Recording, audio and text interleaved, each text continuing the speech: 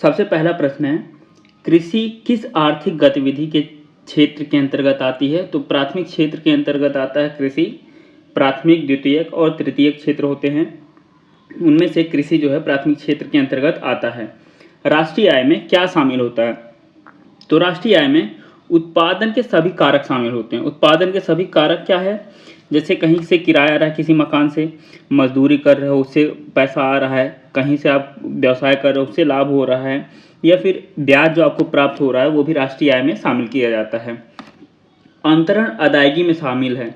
अंतरण अदायगी में क्या शामिल होता है? किसी मित्र से प्राप्त उपहार, गिफ्ट वगैरह, वृद्धा पेंशन जो मिलती है, बेरोजगारी भत्ता जो मिलता है, सामाजिक सुरक्षा अदायगी भी आता है इसी में, बच्चों के लिए योजनाओं में जो खर्च होता है जैसे कि निःशुल्क शिक्षा दिया जाता है, यह सब अंतरण अदायगी में आता है। यह जो है राष्ट्रीय आय में शामिल नहीं होता है क्योंकि इससे कोई लाभ प्राप्त नहीं हो रहा है, बल्कि यह पैसा जो है समाज के उद्धार के लिए किया जाता है, इस्तेमाल किया जाता है। अगला प्रश्न है उस स्थिति को क्या कहते हैं जिसमें कुल आय कुल लागत के बराबर हो? तो जहां पर कुल आय और कुल लागत जब बराबर हो तो उसे संतुलन स्तर बिंदु कहते हैं। दुर्लभ मुद्रा किसे कहते हैं? अगला प्रश्न है, दुर्लभ मुद्रा किसे कहते हैं? तो ऐसी मुद्रा जो आसानी से सुलभ न हो उसे दुर्लभ मुद्रा कहते हैं। भारत का आर्थिक सर्वेक्षण प्रतिवर्ष किसके द्वारा प्रकाशित किया जाता है? वित्त मंत्रालय द्वारा प्रकाशित किया जाता है भारत का आर्थिक सर्वेक्षण। रिजर्व बैंक के से जून लेखा वर्ष की अवधि क्या है? भारतीय रिजर्व बैंक के जून लेखा वर्ष की अवधि क्या है? तो जुलाई से जून तक जो चलता है वह भारतीय रिजर्व बैंक का लेखा वर्ष माना जाता था, लेकिन 2022-23 से इसको बदलकर अप्रैल से मार्च कर दिया गया है। 1 अप्रैल से 31 मार्च तक जो है लेखा वर्ष होता है पूरे भारत में। मुद्रास्फीति किस कारण से होती है? अगला प्रश्न है, मुद्रास्फीति किस कारण से होती है? तो मुद्रास्फीति मुद्रा की पूर्ति में वृद्धि तथा उत्पादन में ह्रास, यानी कि मांग और पूर्ति में जब संतुलन नहीं बनता है, बिगड़ जाता है, मांग ज़्यादा होती है, पूर्ति कम हो पाती है, उसी को मुद्रास्फीति कहा जाता है।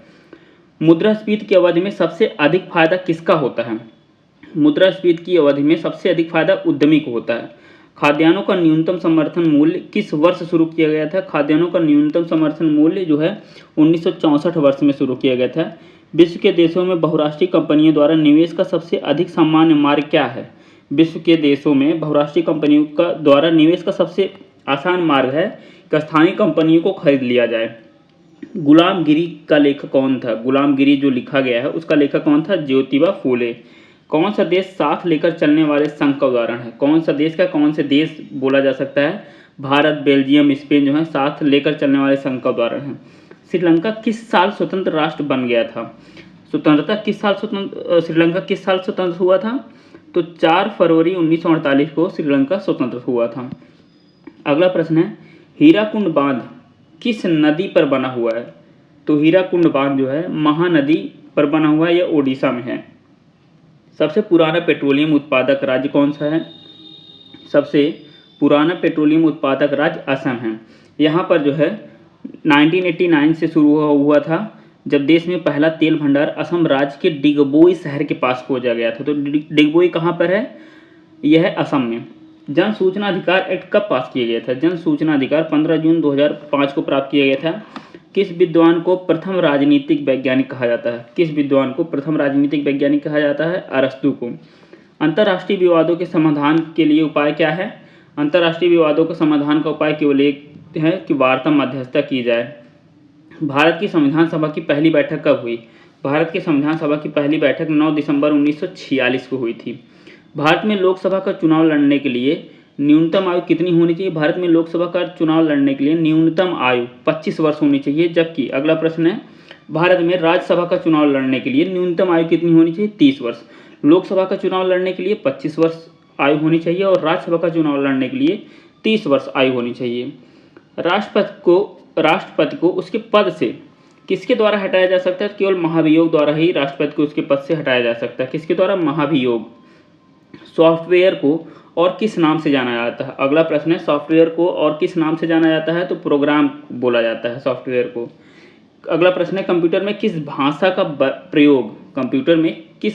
प्रयोग वैज्ञानिक काम के लिए किया जाता है?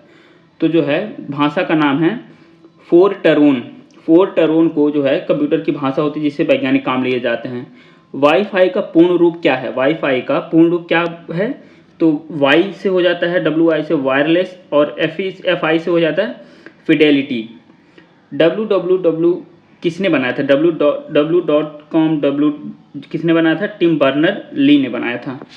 CD को कॉम्पैक्ट डिस्क के अलावा अन्य किस नाम से जाना जाता है? CD को कॉम्पैक्ट डिस्क के अलावा अन्य किस नाम से जाना जाता है? ऑप्टिकल डिस्क से जाना जाता है। विश्व का प्रथम कंप्यूटर नेटवर्क कौन सा है? विश्व का प्रथम कंप्यूटर नेटवर्क ARPANET है। राष्ट्रगान को, अगला प्रश्न है, राष्ट्रगान को पूर्ण रूप से गाने का कितना समय लगता है? राष्ट्रगान को पूर्ण रूप से गाने में कितना समय लगता है? 25 सेकंड में राष्ट्रगान को पूरा गाया जा सकता है। भारत का राष्ट्रीय गीत कौन सा है? भारत का राष्ट्रीय गीत वंदे मातरम है। राष्ट्रीय गीत के रचयिता कौन है? अगला प्रश्न है, राष्ट्रीय गीत के रचयिता कौन है? बंकिम चंद्र चटर्जी हैं। राष्ट्रीय गीत, भारत का राष्ट्रीय गीत कौन सा है? वंदे मातरम है। रचयिता कौन है इसके? बंकिम चंद्र चटर्जी है। राष्ट्रीय गीत किस उपन्यास से लिया गया था? आनंद मठ से लिया गया था राष्ट्रीय गीत। राष्ट्रीय गीत पहली बार कब और कहाँ गाया गया था? तो 1896 में कांग्रेस के कोलकाता अधिवेशन में गाया गया था पहली बार। राष्ट्रीय गीत का अंग्रेजी अनुवाद किसने किया था? राष्ट्रीय गीत का अंग्रेजी अनुवाद अरविंदो घोष ने किया था। और अगला प्रश्न है, राष्ट्रीय गीत को सर्वप्रथम स्वरबद्ध किसने किया था? राष्ट्रीय गीत को सर्वप्रथम स्वरबद्ध किया था यदुनाथ भट्टाचार्य ने। किस बाघ को राष्ट्रीय पशु के रूप में मान्यता मिली? किस बाघ को राष्ट्रीय पशु के रूप में मान्यता मिली? पैंथेराइटिग्रिस को जो है राष्ट्रीय पशु की मान्यता मिली, बाघ को। राष्ट्रीय पक्षी मोर का वैज्ञानिक नाम क्या है? राष्ट्रीय पक्षी मोर का वैज्ञानिक नाम क्या है? तो इसका वैज्ञानिक नाम है पावो क्रिस्टेसिस। पावो क्रिस्टेसिस जो है मोर का वैज्ञानिक नाम है। राष्ट्रीय पुष्प कमल का वैज्ञानिक नाम क्या है? राष्ट्रीय पुष्प कमल का वैज्ञानिक नाम क्या है? निलंबो न्यूसीफेरा कहा जाता है कमल फूल को, निलंबो न्यूसीफेरा। राष्ट्रीय आदर्श वाक्य क्या होते हैं? सत्यमेव जयते। सत्यमेव जयते को राष्ट्रीय आदर्श वाक्य कहा जाता है।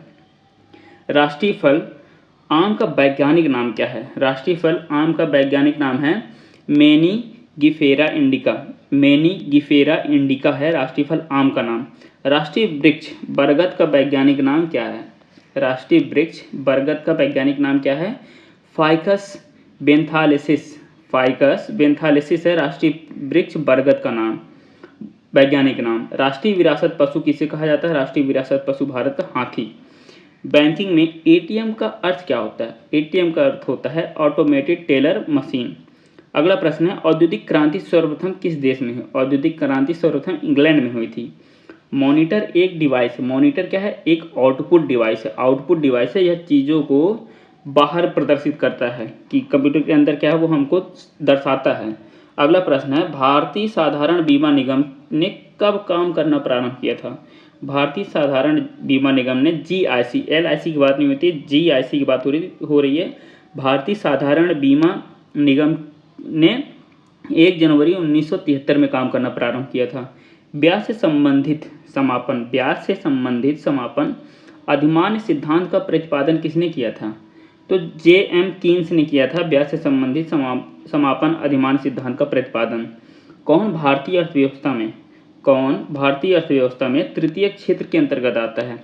वस्तुओं का परिवहन जो है तृतीय क्षेत्र के अंतर्गत आता है। अचल संपत्ति किस क्षेत्र के अंतर्गत आता है? अचल संपत्ति द्वितीय क्षेत्र के अंतर्गत आता है। बैंक सेवाएं आर्थिक गतिविधि के किस क्षेत्र के अंतर्गत आती हैं? बैंक सेवाएं आर्थिक गतिविधि के तृतीय क्षेत्र के अंतर्गत आती हैं।